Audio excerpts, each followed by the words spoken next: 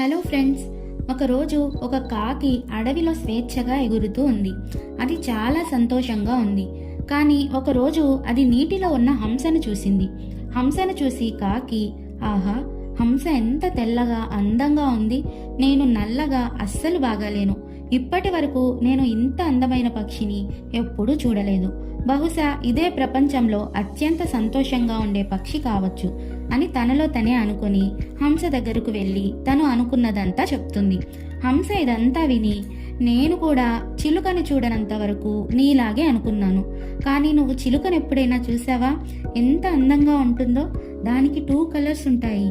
అదే సంతోషంగా ఉండే పక్షి అని నేను అనుకుంటున్నాను అని అంటుంది. ఆ మాటలు విని కాకి చిలుకను వెతుక్కుంటూ బయలుదేరింది. ఒక చెట్టు మీద ఉన్న చిలుకను చూసింది. అది నిజంగానే చాలా అందంగా ఉంది. దాని దగ్గరకు వెళ్ళి తనతో హంస చెప్పిందంతా చెప్పింది.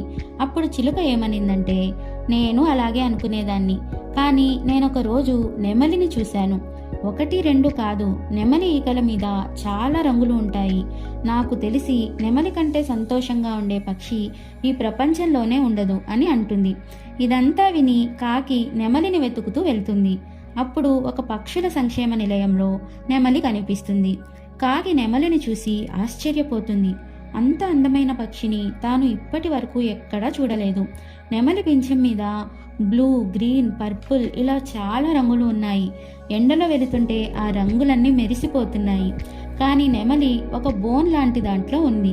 మనుషులు దాన్ని చూసి మెచ్చుకుంటున్నారు, ఫొటోస్ తీసుకుంటున్నారు. ఇదంతా దూరం నుంచి చూస్తున్న కాకి మనుషులందరూ వెళ్ళిపోయాక నెమలి దగ్గరికి వెళ్తుంది. వెళ్ళి ఇలా అంటుంది, మిస్టర్ నెమలి, మీరు ఎంత అందంగా ఉన్నారు. వేలాది మంది మనుషులు మిమ్మల్ని చూడ్డానికి వస్తున్నారు, ఫొటోస్ కూడా తీసుకుంటున్నారు. మీరెంత అదృష్టవంతులో. మీరు చాలా సంతోషంగా ఉండి ఉంటారు కదా. ఎందుకంటే మనుషులు నన్ను అసహ్యించుకుంటారు, నన్నెప్పుడు చూసినా అక్కడి నుంచి తరిమేస్తారు అని అంటుంది. దానికి నెమలి ఇలా అంటుంది, నేను అలాగే అనుకునేవాణ్ణి, కానీ నా అందం వల్ల నేను ఇక్కడ ఇరుక్కున్నాను. నేను స్వేచ్ఛగా తిరగలేకపోతున్నాను. నేను ఈ పక్షుల నిలయం మొత్తం చూశాను. ఒక్క కాకి కూడా ఇక్కడ బందీగా లేదు. మిస్టర్ కాకి, నేను కాదు, ప్రపంచంలో అన్ని పక్షుల కంటే స్వేచ్ఛగా సంతోషంగా ఉండేది మీరే. నేను కాకినై ఉంటే ఎంత బాగుండేది అని అనుకుని రోజు బాధపడుతూ ఉంటాను అని అనింది.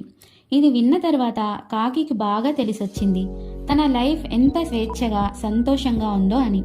ఇదొక పక్షుల కథే కావచ్చు, కానీ మనం కూడా ఇలాగే ఆలోచిస్తాం కదా.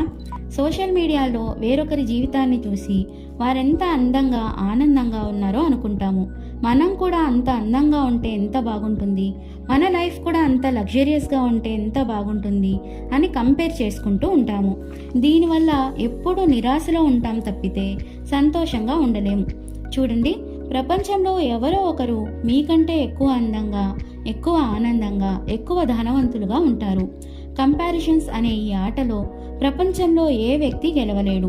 ఎవరిని చూసైతే మీరు కంపేర్ చేసుకొని బాధపడుతున్నారో వారు మరొకరితో కంపేర్ చేసుకుంటూ బాధపడుతూ ఉంటారు. ప్రపంచంలో అందరికంటే సంతోషంగా ఉండేవారు ఎవరో తెలుసా? తమ దగ్గర అన్నీ ఉన్నవారు కాదండి, తమ దగ్గర ఉన్న వాటితో తృప్తి పడేవారు. ఓకే ఫ్రెండ్స్, ఈ వీడియో మీకు నచ్చింది అనుకుంటాను. నచ్చితే ప్లీజ్ లైక్ చేయండి, షేర్ చేయండి, సబ్స్క్రైబ్ చేసుకోవడం మాత్రం మర్చిపోకండి. Thanks for watching.